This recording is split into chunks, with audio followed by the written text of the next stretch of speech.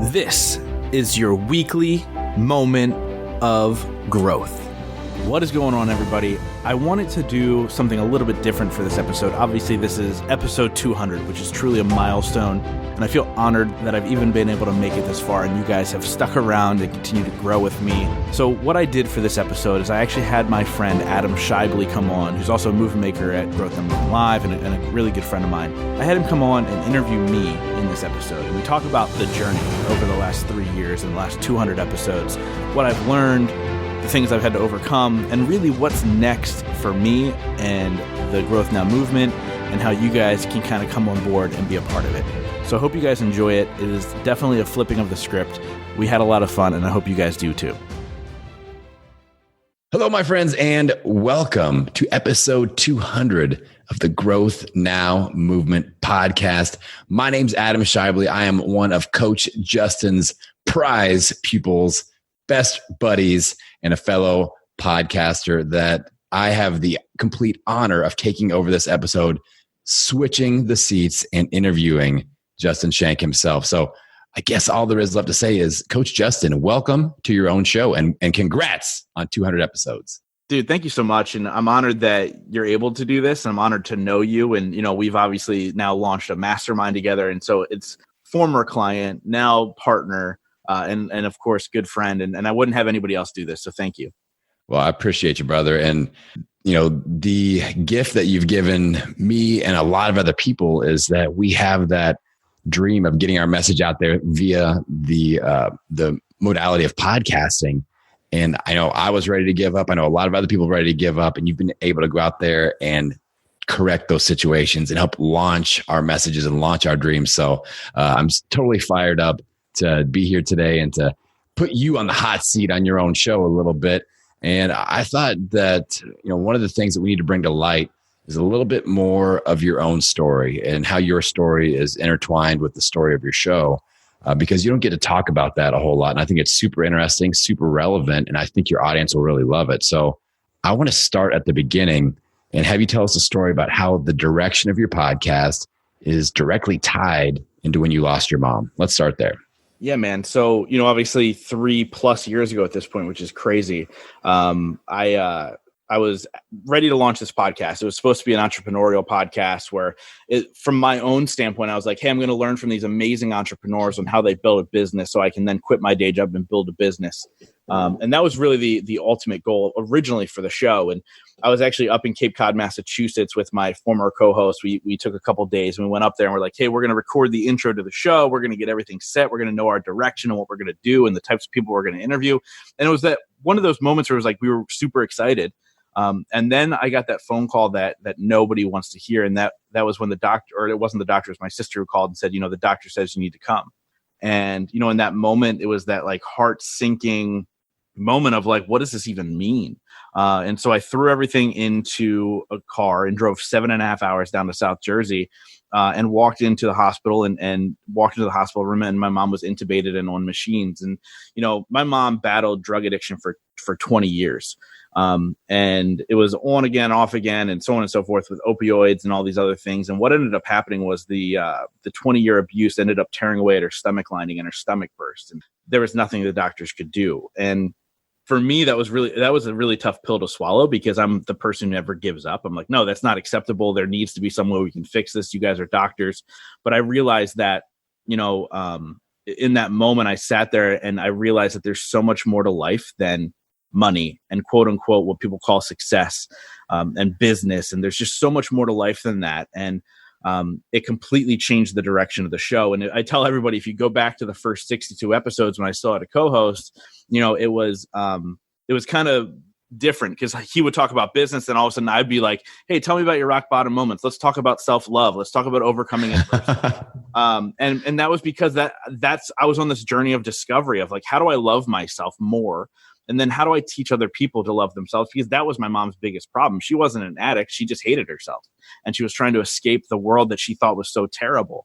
And that's kind of how the message of the Growth Now movement went from business to, you know, it doesn't matter where you come from. It matters the choices you make today going forward to make a better life for yourself. Yeah, I think that's one of the reasons I love listening to your show, is because I feel like we are on that journey with you. And you're not somebody that's like preaching from the mountaintop going, and I have 12 Lamborghinis and you can too.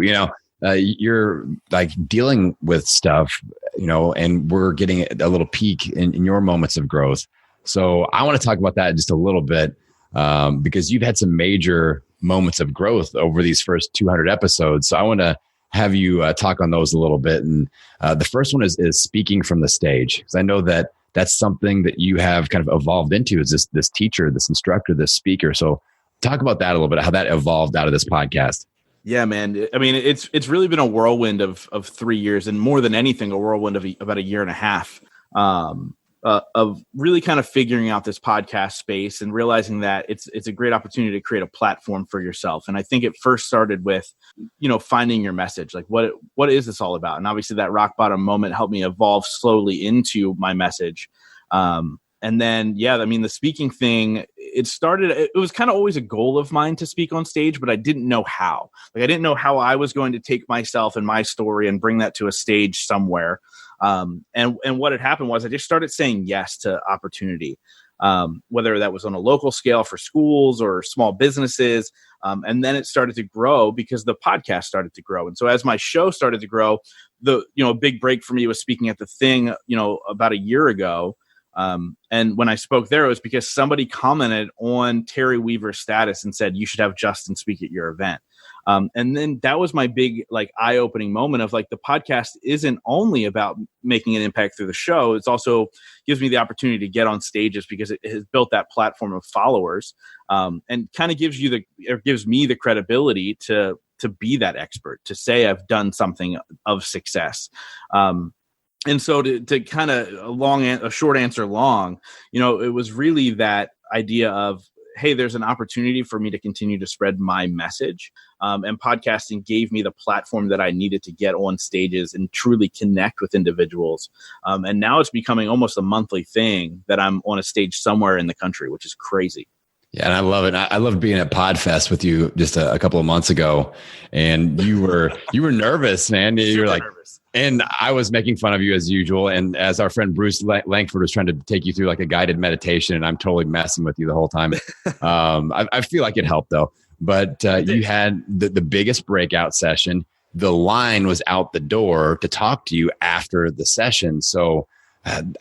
Talk about moment of growth. My goodness, you just you can tell that you're making an impact with your message. And that's something that I'm super proud of. Now with another moment of growth that I know that you were a little bit nervous about, I want to talk about the adding the extra episode in the actual moment of growth episode. Because I remember you talked to me and you're like, God, I want to do this. I think, my audience, it'll help, it needs to happen for the show, but I'm worried about being able to produce content. And dare I say, I've been, listening, and there are some weeks you do great interviews, and I'm not saying the interviews aren't good, but sometimes that solo episode of you doing the moment of growth, I like that even more. So what's your experience been around that? Yeah, dude, you're 100% right. I was terrified to do it because it was that, do I have the content? Do people actually want to hear from me, or was it about my guest? And you don't really know until you try. And actually, I just interviewed a woman for a second time yesterday named Ruth Sukup, who has a podcast and a book called Do It Scared. And that was a big catalyst to hear her message. And when you say, it's not about getting unscared, it's about doing it while you're scared. And so I kind of made the commitment. I was like, okay, I'm going to show up. And as you and I have talked about in podcasting, consistency is key. So once I switch this up, I need to stick with it for at least a while. And so I added the second show.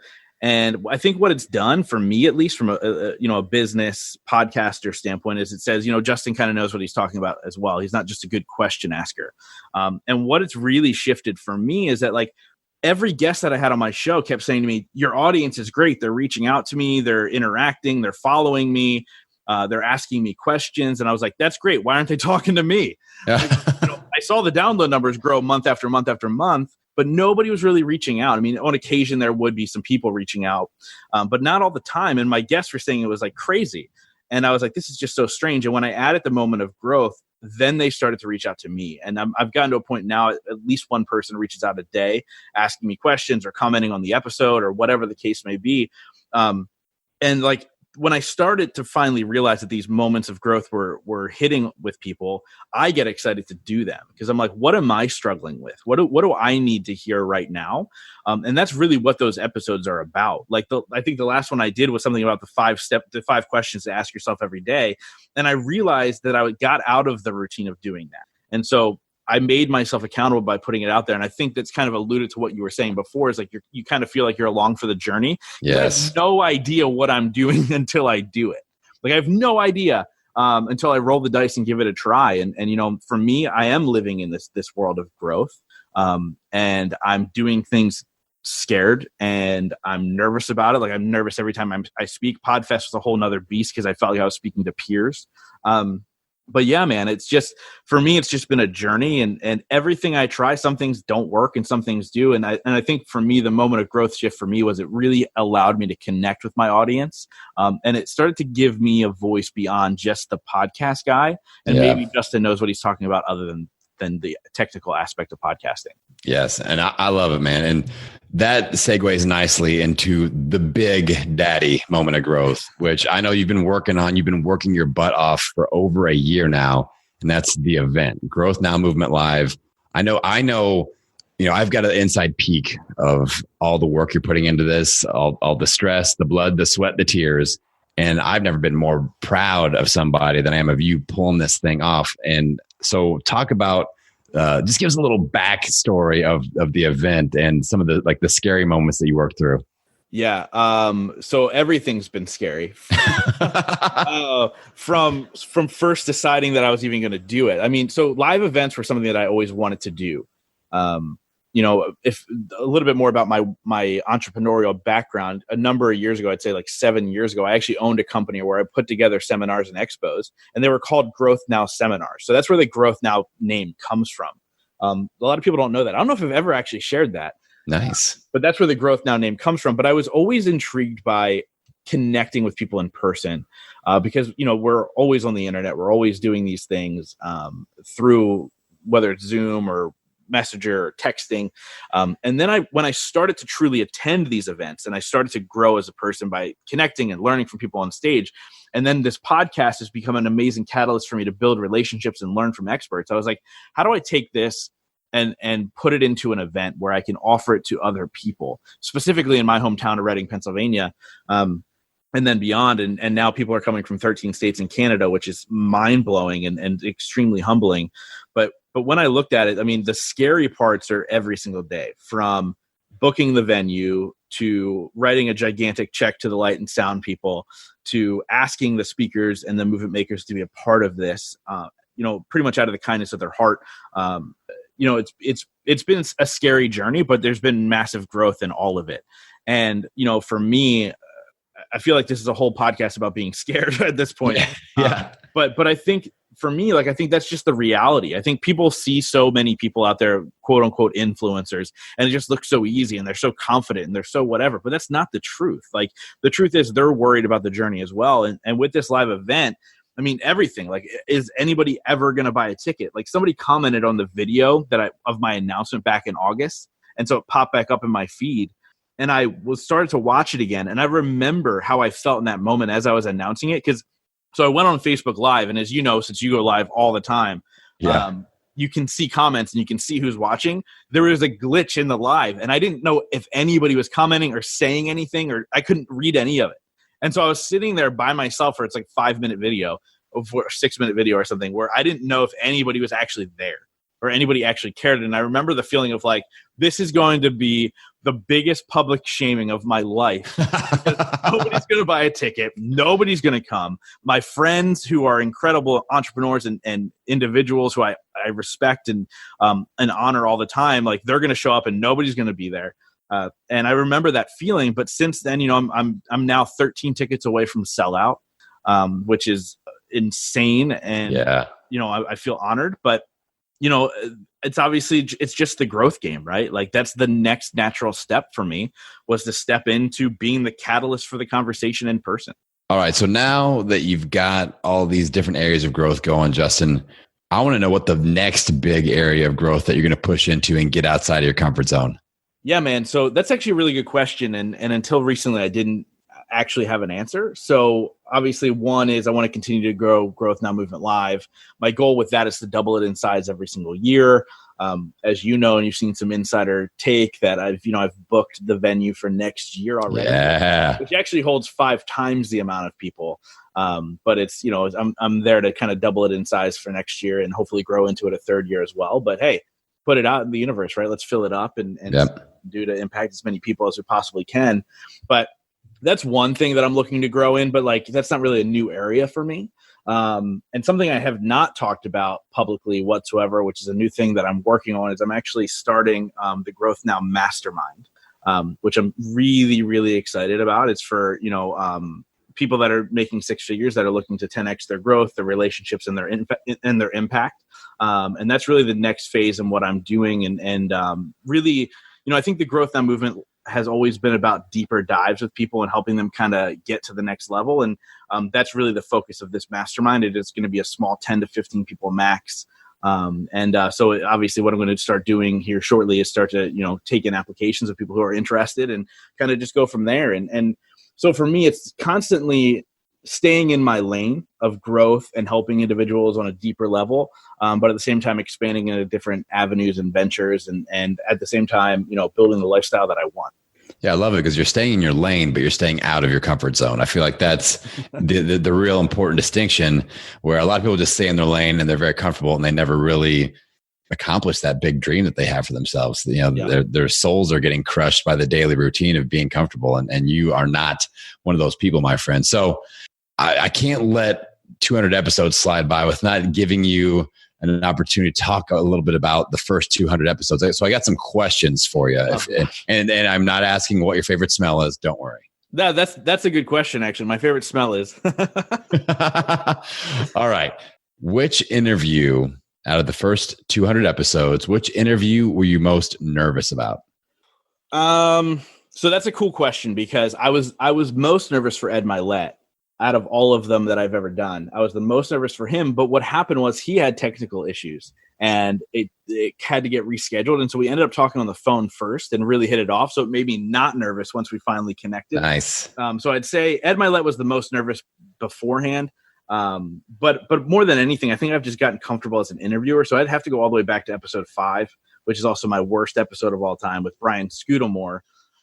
Where I was so nervous that I was just like the worst interview of all time. But I got to interview him again a second time, got some redemption on that one. Nice. The redemption cast. All right. Which interview was the hardest to get or set up? Wow. I'm the one that I'm still trying to get, Andy Grammer. I feel like I keep getting really close and that falling away. But most of the people that have been on my show have been pretty receptive. Andy Frisella was a little difficult. Like, it wasn't difficult getting it, but it was difficult because it kept getting rescheduled and all that stuff. But I feel like most people I reach out to are pretty receptive. So I haven't had too many challenges. But that's a good question, though. Yeah, I'm always impressed with just you just get after it and follow up with these people, and you develop friendships and relationships. So I'm always super impressed with just your connection with the guests and their whole team of people. I got lucky too, because I interviewed Fabio, who then introduced me to 50 people. So like when you look at my ridiculous lineup of guests, it ends up becoming like a referral based thing. Yeah. And I don't purposely say, hey, actually how I got Fabio, I interviewed his friend and I said, hey, I noticed Fabio wrote the foreword to your book. Do you think you can make an introduction? He's like, yeah, he's my best friend. He does everything I tell him to do. The rest is history at that point. Now he's keynoting the event.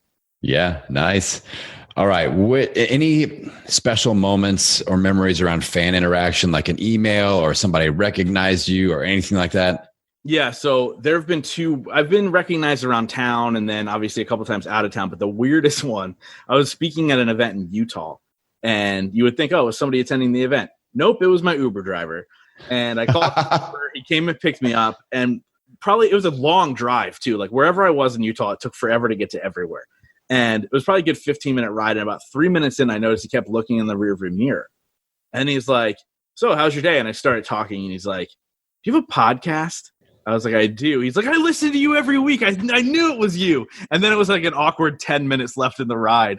And I was like, all right, here we go. And he was just like picking my brain, which is really cool. But I think for me, that was like the weirdest, not weird, but a strange fan interaction at PodFest. Some woman waited in line just to tell me I have amazing eyes.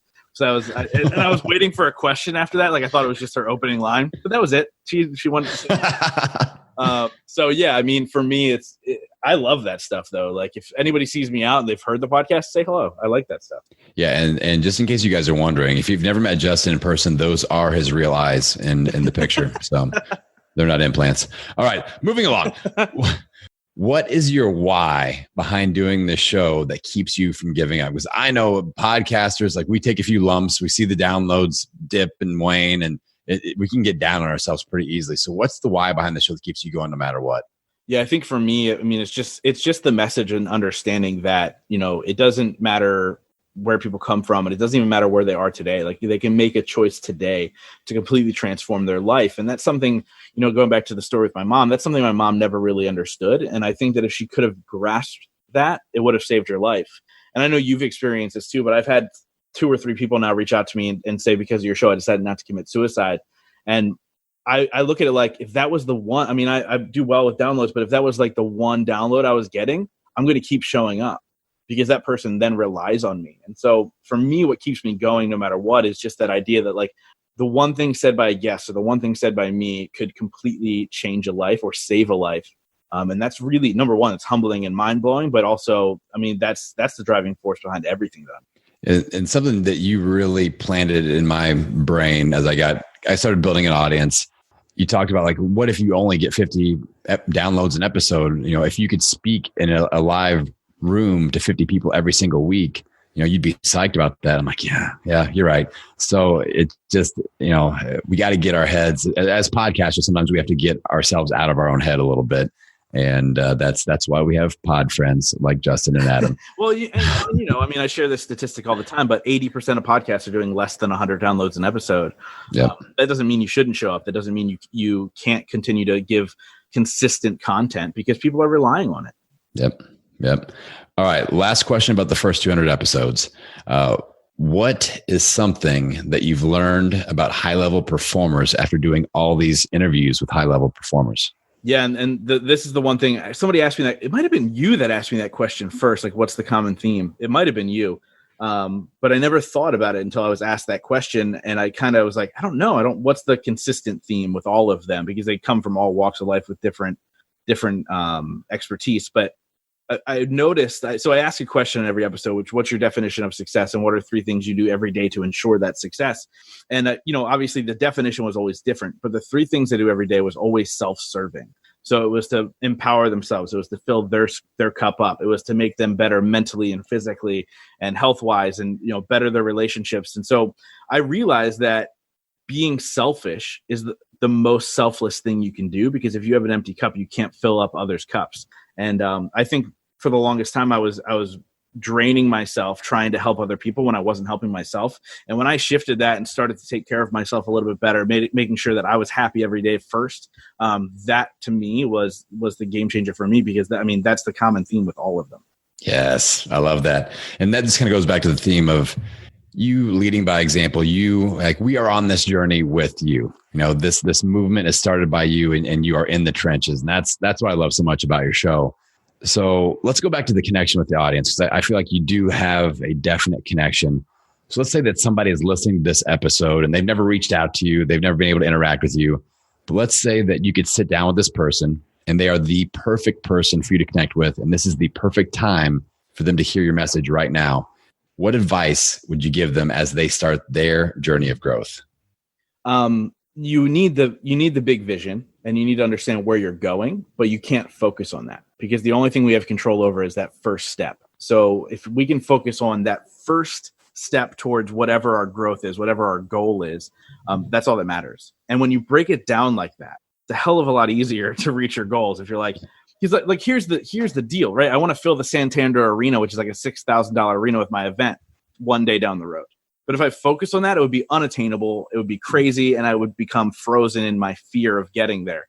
But if I go, okay, well, the first step is let me lock in some speakers. And then my next step is let me see who would be on board if I announce this. Then you announce it. And then, so it's just one step at a time instead of worrying so much about that end result. So, I mean, that would be the biggest takeaway with anything is like when you start, worry about the first step, not the last step. Yeah, it's like lining up dominoes. And I don't know if you know much about domino like physics, Justin, but if you line up dominoes, one domino can knock over the next domino that's twice its size. So it's kind of like you got your big goal, that's the big domino, but you work back to that tiniest domino that you flick over and start the momentum. And that's exactly what you're doing. I didn't know that, actually. That's interesting. Domino physics. That's why I can knock you over. We'll see soon enough at Growth Now Movement Live. All right. I got one more big question for you, and I want to kind of bring it back to where we started. All right. Let's say episode 201. You get an hour with your mom. What are you going to talk about? God, that's an hour. That's it. 1 hour. I've been asked if you had one question. I think more than anything, like, I think she would want to talk about me and my journey over the last 3 years. And I think that we would talk about all the things, man. Like my mom was my best friend. Like, she was the person that I would talk to her. She was the only person I would talk to on the phone during the week. You know what I mean? Everybody else was a text message or a work call. And so for me, we would talk about it. We would just catch up, and I would let her know. I think for me at the end of it all, I would just let her know that, I am who I am today because of her, even though she couldn't handle her own demons for herself. Like, she taught me unconditional love. She taught me that it's okay to make a mistake. She taught me that no matter what happens, you can continue to push forward and become great. And, I don't think I made her aware enough of that when she was alive. And so I would definitely end the conversation that way. But it would just be catching up. Like I said, dude, she was my best friend. We would joke around. Like, our relationship was so different. Like, we would like you and I joke around. I would joke around like that with my mom. Like, it was a cool relationship. And I'm blessed to have had her for 30 years. And I'm sure I'll see her again. I believe in that whole thing.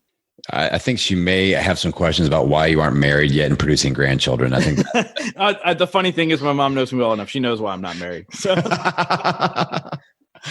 Well, I just know how much pride I am taking in your journey and how proud I am of you as a friend. So I can only imagine how proud she is looking down on you. So I think you can feel good about that. So Justin, episode 200, man, I appreciate you letting me do the takeover here.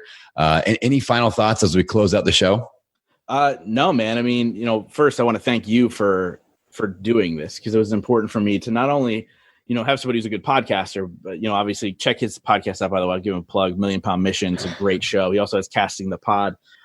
Million Pound Mission is a game changer for so many people.